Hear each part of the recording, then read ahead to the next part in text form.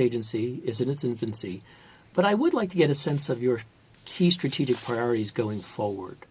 Would you elaborate on those priorities that are shaping your organization and the way the military health system operates and delivers care? And to what extent do these priorities, your priorities, sort of dovetail or informed by Secretary Hagel's priorities? Absolutely.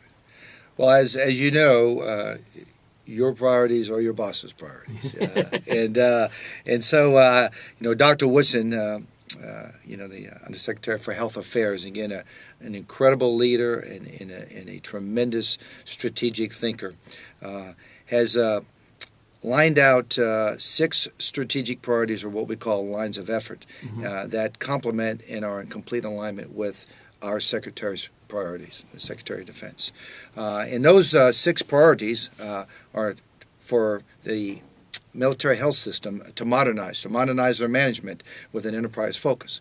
And so when you think about it, the core of that is in fact why we're here talking is the Defense Health Agency. Sure. So that's going to be the foundation for the enterprise focus for modernizing our military health system management. Number 2 is to deliver and to define the requirements for the medical capabilities and the manpower that will be needed in the 21st century. We're coming out of 12, 13 years of conflict now. Again, we've got some incredible successes in our ability to have the lowest disease non-battle rate in history of warfare, and again, the lowest lethality rate in history of warfare. But now that we're coming home, take those lessons learned, figure out what the inventory is, and then a reset for the 21st century. So that's going to be another exciting line of effort.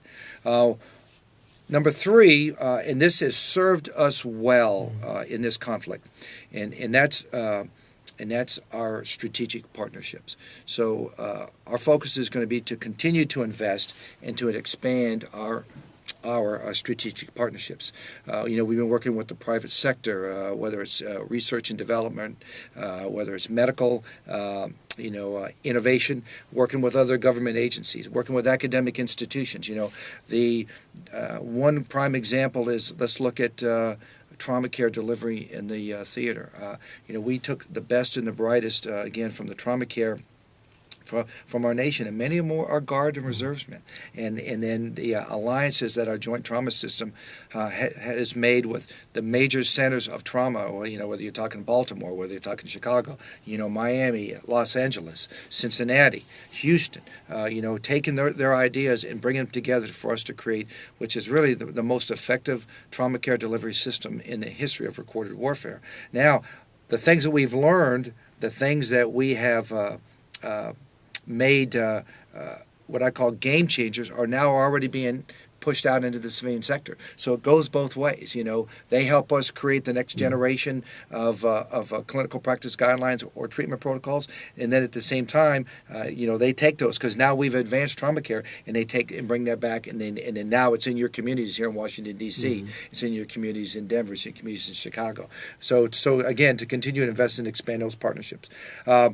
Also, as you can imagine, after 12 years of conflict, we need to balance our force structure. We need to, what is the right mix of our end strength on the active duty force for our military healthcare system, but also what is the right mix between active duty and the reserve component.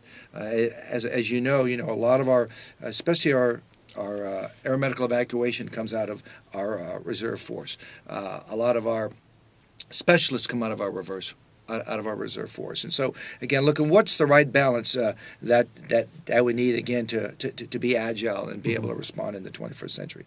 The 5th line of effort is to transform what we call our TRICARE health program. And as you know, that's a healthcare plan that we use to provide health care in the civilian network to our beneficiaries. And medicine has evolved. Oh, yeah. Medicine evolves in the healthcare debate today, and I'm sure you have many folks in this very same room that have been talking about the healthcare debate. And so, we need to be keeping up with that. We need to be keeping up with the best practices. What's the best way to deliver a healthcare benefit to our population that's receiving healthcare in the civilian network.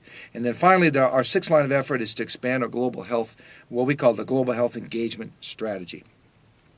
Another one of the basic mantras is, you can't go it alone. And so when we look at regional and stability around the globe, health is one of those tools in the toolbox that you can use to, again, create security in an environment overseas. Because in order to have peace and prosperity, you have to have rule of law, but then again you have to have what I call physical security, whether it's a military force or police force. But undermining all that, at the end of the day, that nation has to have health. And it has to have good health. And so that's why you can see that our military health system is one of the tools that our combatant commanders, and then, of course, our embassies use as opportunities to create ultimately a peaceful but a prosperous and a stable nation wherever our interests lie around the globe. So